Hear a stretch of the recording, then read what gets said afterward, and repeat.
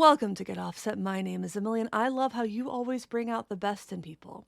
It is a testament to how much you care for others, and maybe it burns you sometimes, but I really appreciate the work you do for other people.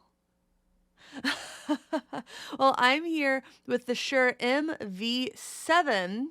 It is their, I would think at this point, flagship USB microphone. I'm not sure if it's their only USB microphone, but it is based on their SM7B, which is a very famous broadcast microphone. You've seen it in tons of video podcasts. You've seen it on recorded radio shows. You've heard it used in like audiobooks. You've even heard it used in singing. You've probably even heard it used to mic instruments or get a nice little room sound here and there. I don't know. It's a very versatile microphone that has a very nice low end, and that's one of the reasons people like using it for broadcast. It has that broadcast sound. I'm talking about the SM7B.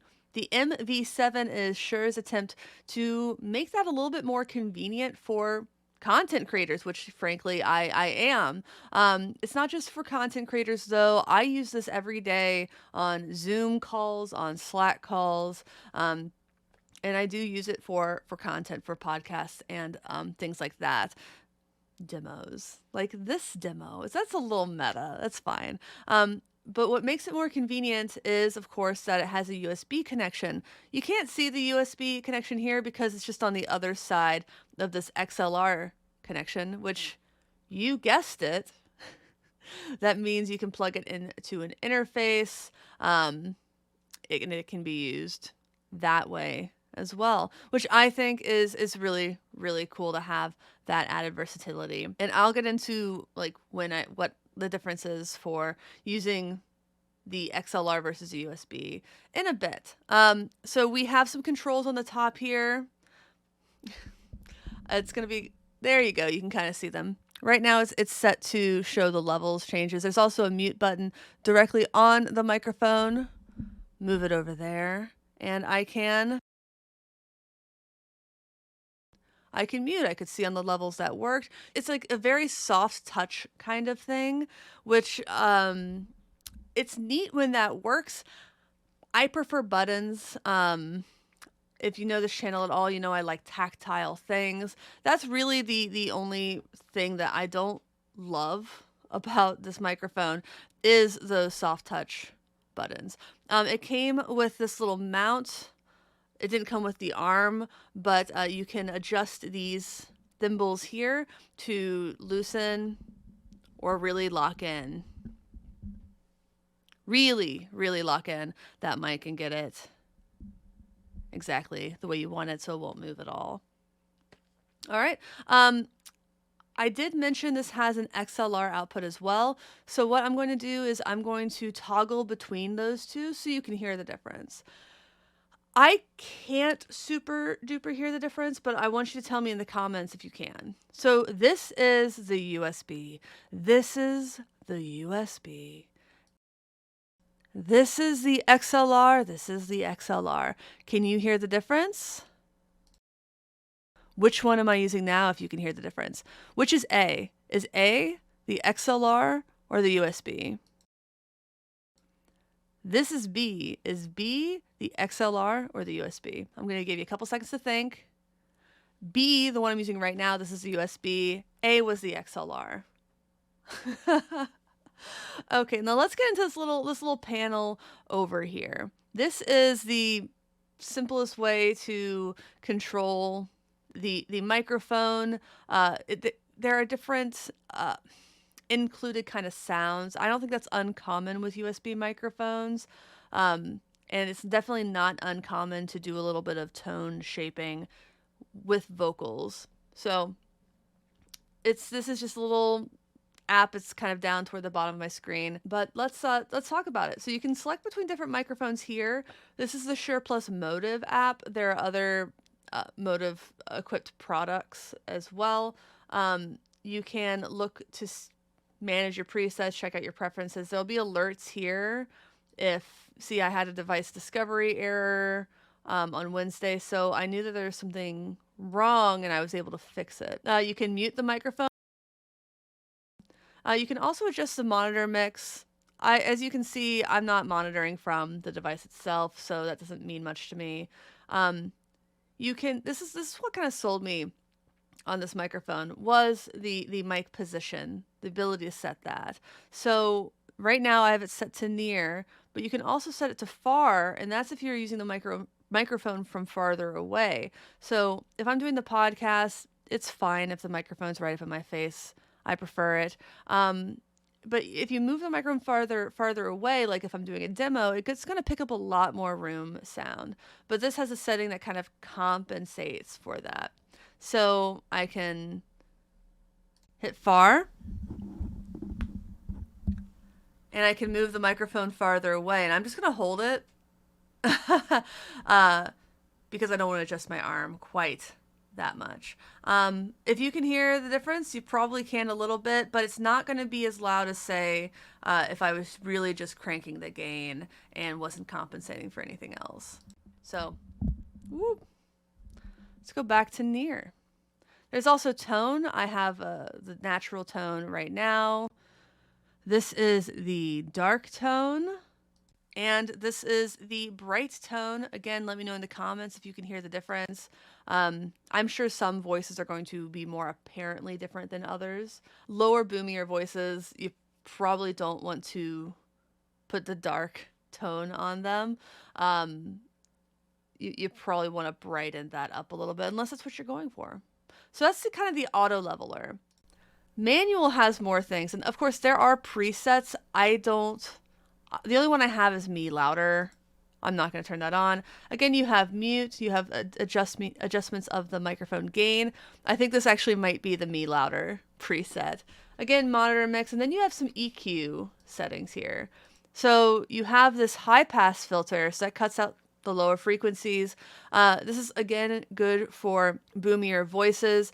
It's also good for people like me who live on, like, say, a busy street. Lots of buses go by and they cause a rumbling kind of sound that can get picked up on microphones, which is a reason I often do a high pass filter anyway. Next, we have a presence boost, and this looks like kind of like the high mids to me, but presence just makes it is what it sounds like. It makes it sound more like you're in the room. It helps you cut through a mix. So if there are a lot of other people talking, you might be heard a little bit better. And it's kind of off to the side. I don't really know why I can't really scroll, and that's a problem that I have with this software. But this is the high pass and the presence boost. So it's those other two EQ settings combined. You also have a limiter, which can even out levels and like reduce clipping, basically. I do use a limiter on my voice sometimes, so it's actually really nice to have that. We also have a compressor. Right now it's off. So this is the sound of a light compression, just evening out things. I should probably use this more, but this is a medium compression, and then we have heavy compression. I do tend to kind of drift away from the microphone, and I try to have kind of level volumes in speaking, but so I wouldn't want like a heavy compression, but a light compression is nice. Next we have just controls for the LED behavior. I like to leave it on live meters, and the software I'm using right now, like I can see my levels pretty clearly, but if I'm on a Zoom call or whatever, I can't. So this gives me the ability to see, like, am I just staying in the green? Am I too low on the green? Am I in danger of clipping? So like that little piece of software, it has pretty much everything I think that I personally need for something like a Zoom call, or in a lot of cases, even a podcast. And I don't really touch up my vocals a lot in demos. I just make sure that they are level. The levels are there, they're even, they're loud enough but not too loud, and there's no overall clipping. So let's get to the final thoughts on this, or any quirks that I can think of.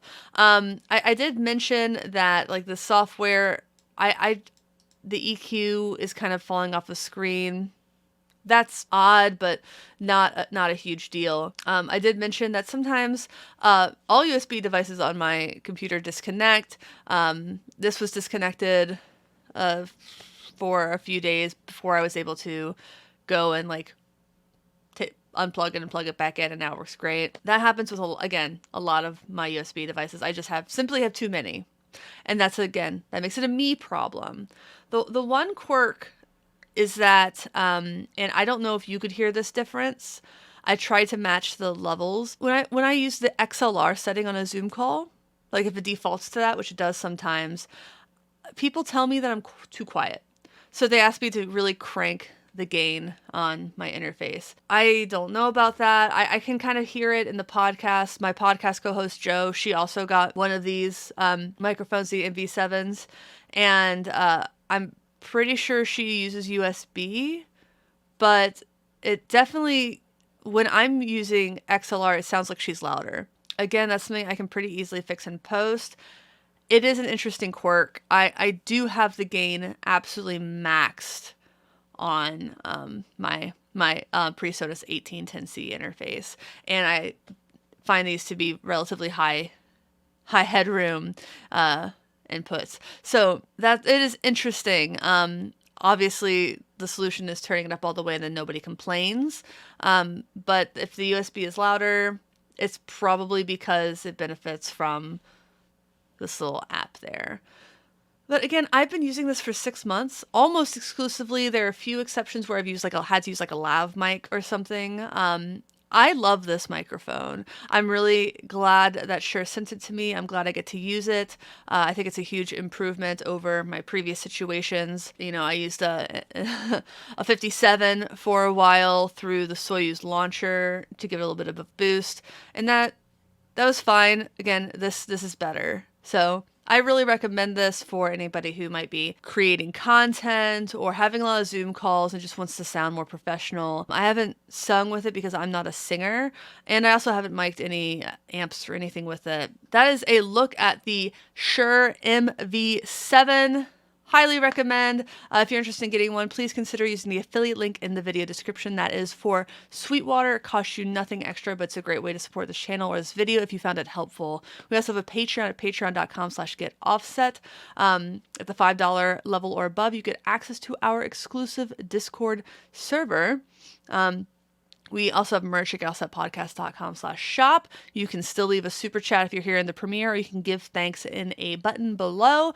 But my favorite way to support the channel is to like, comment, and subscribe, and then to tell your favorite brands about us. So to everybody out there, keep doing what you do to bring out the best in others. I hope that also brings out the best in you. Thanks for watching. Thanks for understanding. Until next time, my name is Emily. Goodbye.